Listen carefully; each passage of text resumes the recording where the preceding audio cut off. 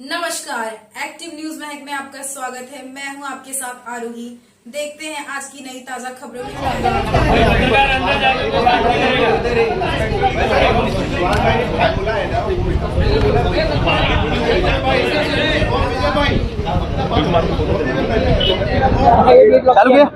नमस्कार दोस्तों, आप देख रहे हैं एक्टिव न्यूज महक। दोस्तों, इस वक्त हम महानगर पालिका मुख्यालय के पास खड़े हुए हैं। ये क्यों हम लोगों ने आज पत्रकारों ने एक आंदोलन किया है, क्यों किया है? क्योंकि घर पट्टी के अंदर पत्रकारों का नाम घोषित किया गया, उनके मोबाइल नंबर डाले गए हैं, वो कितने गलत है आप जानते हो।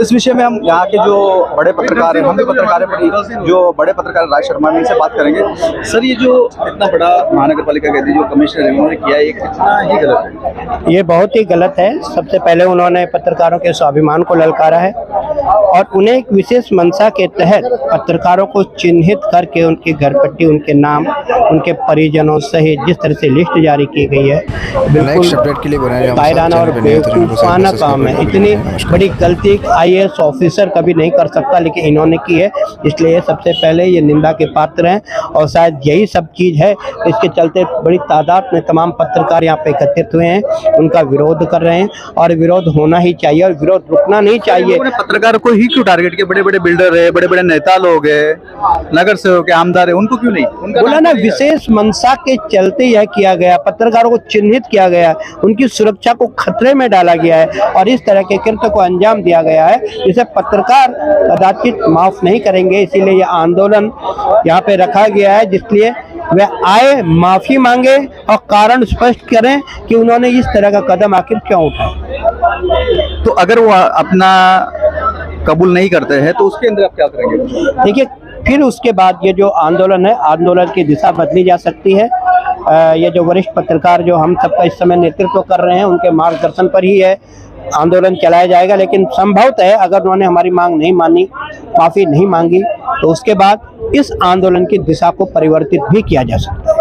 हमारे साथ कमर भाई भी, हम कमर भाई से बात करेंगे। ये काफी अच्छे पत्रकार है और ये पुराने पत्रकार हैं, इनसे बात करें। कमर भाई, ये जो हुआ है ये बहुत ही गलत है।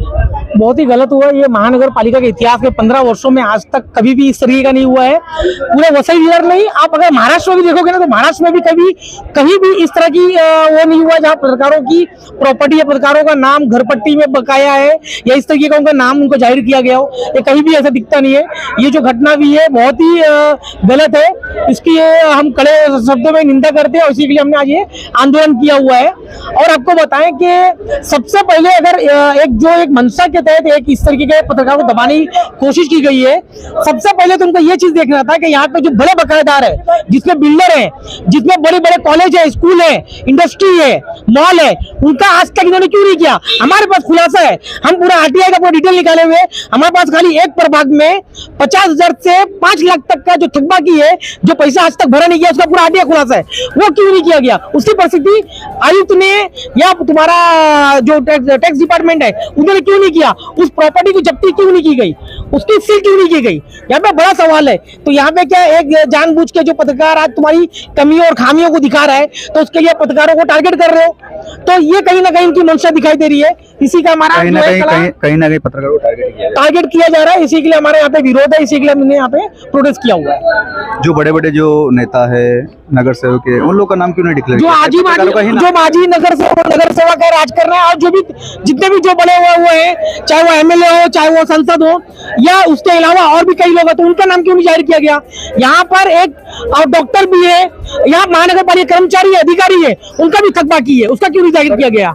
इसके अंदर टारगेट किया जा रहा है। इसके अंदर एक चीज ये सोचना होगा, सबसे बड़ा विषय बात करने का इसमें ऐसा है कि घर पट्टी जो आती है उसके अंदर सिर्फ नाम आता है। ये पत्रकार का नाम डालना क्यों जरूरी समझा? नाम भी डाला गया, ये एक तरह से पूरा बदनाम करने का पूरा कोशिश था, षड्यंत्र किया जा रहा था, जिसमें नाम भी दिया गया है, एड्रेस भी दिया गया है और उनका बकाया, अरे जिनका घर पट्टी बकाया नहीं था, मोबाइल नंबर भी, जिनका मोबाइल नंबर भी था, जिनका बकाया है ही नहीं, कुछ भी नहीं था, उनका भी नाम दिया गया। तो ये कहीं ना कहीं टारगेट किया जा रहा है पत्रकारों को, उनको दबाने की कोशिश की जा रही है, जिसका हम विरोध कर रहे हैं। जैसा कि आप देख रहे थे, हमारे साथ कमर भाई थे, राज भाई थे, और भी लोगों से बात करेंगे।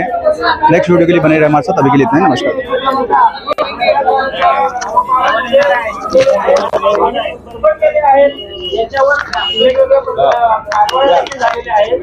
आ रहा हूँ।